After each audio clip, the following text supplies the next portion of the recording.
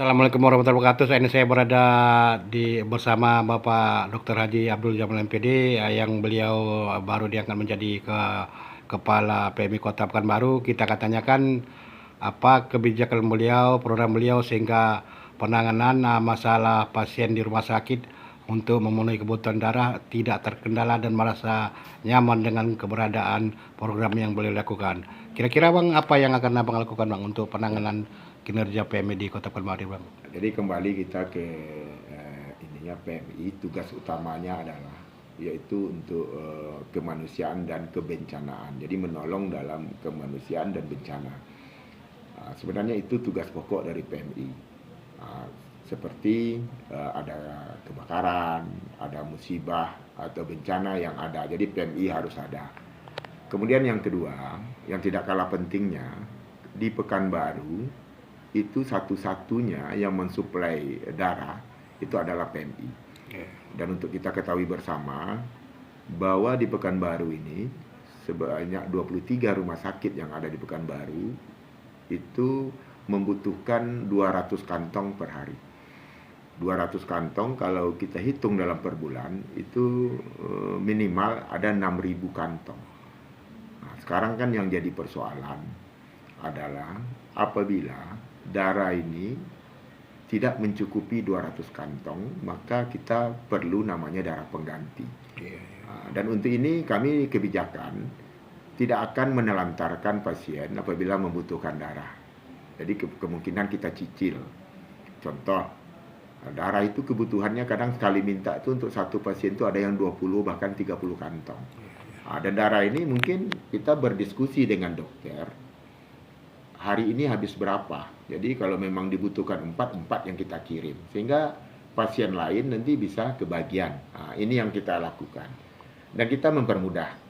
Dan perlu diingat bahwa sebenarnya kita tidak berhubungan langsung dengan pasien.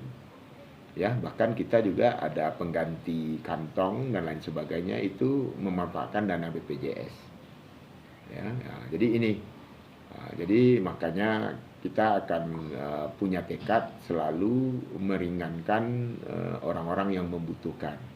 Nah, kita juga lihat di Pekanbaru ini yang masyarakat itu kan rujukan dari daerah. Kita contohkan mungkin dari Tembilahan.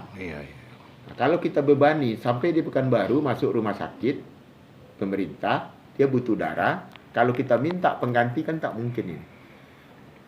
Nah, karena dia belum lagi memikirkan keluarganya dia menjaga, dan di sini kan tidak ada keluarga, makanya ini kita beri keringanan. Makanya kita minta juga kepada kami aktif mencari atau jemput bola sekarang. Hampir 3 titik satu hari kami mencari tempat donor darah. Nah, ini antisipasi kita. Tapi ini Bang, kan yang dari Pekanbaru rumah sakit yang untuk yang lengkap lah dibanding daerah ya, Seriau nih. Tentu jadi pusat pasien se-Riau. Apakah tidak ada istilahnya kan yang luar daerah kan bukan warga kota Pekanbaru berobat di Pekanbaru, sementara ini PMI kota Pekanbaru harus mencukupi darah mereka gitu Bang. Iya, makanya itu yang kami jemput bola. Makanya tadi sampai 200 kantong kebutuhan permintaan darah dari 23 rumah sakit itu rata-rata setiap hari. Makanya kami meminta, kita terima kasih ada beberapa paguyuban, termasuk TNI Polri juga sudah membantu. Kemarin HUT Bayangkara, kita donor, kita datang. Jadi ini untuk stok kita. Kemarin ada Persatuan PSMTI, paguyuban. Jadi kita minta, ya. Nah, intinya silakan, ayo kita membantu. Ya, kami siap. Ini gratis kami yang datang mengambil darahnya. Kita minta paguyuban itu menyiapkan tempat dan orangnya. Sedangkan teknisnya gratis dari PMI. Ini mungkin terobosan kami. Kalau terobosan baru Bang, kayak kan ini kan PMI di kabupaten kan ada ya. Kayak di Rohul, Bengkalis, kan ada PMI. Ada penyetoran darah ke PMI di daerah. Sementara pasien itu banyak ke Pekanbaru. Ya. Itu ada koordinasi enggak Bang? Istilahnya PMI Kota Pekanbaru, tolonglah bantu darah kita gitu kan. Ya. Selama ini kita belum. Ya, belum. Tapi kita kadang-kadang juga sampai ke Jakarta kita cari. Kemarin kita cari ke Bekasi. Karena ada jenis darah itu Iya, langka. yang resist resus itu yang main itu. Umpamanya yang payah itu tadi carinya O main gitu ya, AB main. Nah, ini kan persoalannya kita sedikit, orangnya sedikit. Jadi darah ini harus hati-hati kita. Nggak bisa sembarangan ada stok aja. Mungkin stok kita 200 ada di PMI, tetapi darah yang golongan yang diminta itu nggak ada. Maka kita sudah koordinasi. Kalau itu baru kita minta. Bahkan kita sampai kemarin mencari ke Bekasi. Kita bantu. Sampai sejauh itu Bang ya? Iya, kan kita juga ada link. Karena ada ya. masing-masing itu umpamanya yang ini berbahaya nih. Yang resus ini hindarilah. Iya. Umpamanya kalau luka, nanti kalau butuh 5 kantong kan payah. Karena orangnya yang punya golongan darah itu tidak ada. Maka kami baru nanti menghubungi kabupaten kota. Kita ada linknya, bahkan nanti ke Bekasi. Jadi di saat kita membutuhkan itulah baru kita koordinasi dengan PMI luar kota gitu Bang? Iya, karena kita nanti kan tetap permintaan dari dokter, dari rumah sakit.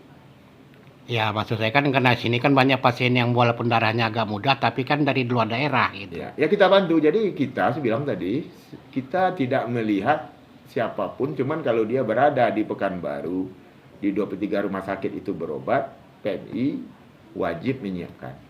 Ke situ apanya Bang, bukan jadi karena kita tidak tanya dia dari mana, tidak. Iya. Yang penting pasiennya Bang utama. Nanti rumah sakitnya minta. Contoh dia, umpamanya ke rumah sakit Arifin Ahmad, ya, walaupun dia dari Rohil, nanti tidak apa-apa, rumah sakitnya yang ngasih ke kita. Berarti masalah pasien kita tidak pikirkan itu Bang ya? Kita tidak berhubungan langsung dengan pasien. Rumah sakit lah ya. Dengan rumah sakit, dan kita akan memberikan pelayanan. Jadi biasa saja. Biasanya yang kendala itu adalah kebutuhannya banyak, yang kemudian jenis darahnya itu apa namanya itu tidak banyak di masyarakat kita. Nah, contoh itu seperti darah AB min itu darah bule gitu. Nah, jadi kita harus ke Bekasi karena di Bekasi kan banyak asing, jadi mungkin ke sana kita minta oper gitu. Tapi ini Bang, di luar daripada PMI ya, kan anak saya pun pernah mengalami kunta darah ya. Kita kan saking mau buru, kita istilahnya ada orang mau relawan namanya. Cuma orang itu ya wajar-wajar minta uang puding gitu ya. Itu kan membantu juga sih menurut saya kan. Kira-kira kayak gitu Bang, kita ada kerjasama enggak? Kita tidak ada kerjasama seperti itu. Kita akan menghindari calo, itu yang waktu dulu. Makanya sebenarnya kalau keluarga pasiennya itu bersabar, ya kita akan dulukan. Ya intinya seperti itu, tapi bawa juga lah dari anggota keluarga kita, mungkin ada, ya itu yang kita ambil. Jadi ini memang pernah terjadi dulunya. Jadi sekarang kita tidak melalui calo lagi. Kita kalau di PMI tidak boleh membayar orang. Oh gitu Bang ya. Ya. Berarti udah ada perubahan sejak Bang jadi kebentuk. Ya sudah berapa tahun yang lalu sudah Iya, ada. Jadi iya. sebelum saya masuk juga ada. Dan ini kan kita pertegas. Kita tidak bisa melalui calo. Kecuali kami tidak tahu, umpamanya keluarga pasiennya yang membawa. Sedangkan tidak diganti pun, kami akan bantu. Iya. Kadang-kadang memang keluarga ini mau cepat, nggak tahu jalan kan. Ya. Ketemu orang seperti itu. Kita dulu seperti itu. Kemudian Sih. ini juga enggak, apalagi untuk masyarakat. Jadi kalau ada yang keberatan, kita tidak berbayar juga. Yang menanggungnya adalah BPJS. Jadi kita dengan pasien tidak pernah ini, kecuali pasien umum ya. Tapi kalau pasiennya sudah melalui BPJS ya kita tagihnya tahunya dengan BPJS, tidak dengan pasien. Oh iya, berarti kalau yang untuk BPJS kita masalah darah tanpa ada bayaran apapun Bang? Iya ada. Berarti memang pas untuk dibantu sepenuhnya gitu? Ya. Oh iya, demikian saja wawancara kita dan Bapak Kepala PMI Kota Pekanbaru, Bapak Dr. Haji Abdul Jamal MPD. Semoga kebutuhan darah, pelayanan lainnya berjalan dengan lancar. Karena memang beliau ini adalah orang yang concern untuk memenuhi seluruh kebutuhan pelayanan di PMI Kota Pekanbaru. Demikian saja, terima kasih. Assalamualaikum warahmatullahi wabarakatuh.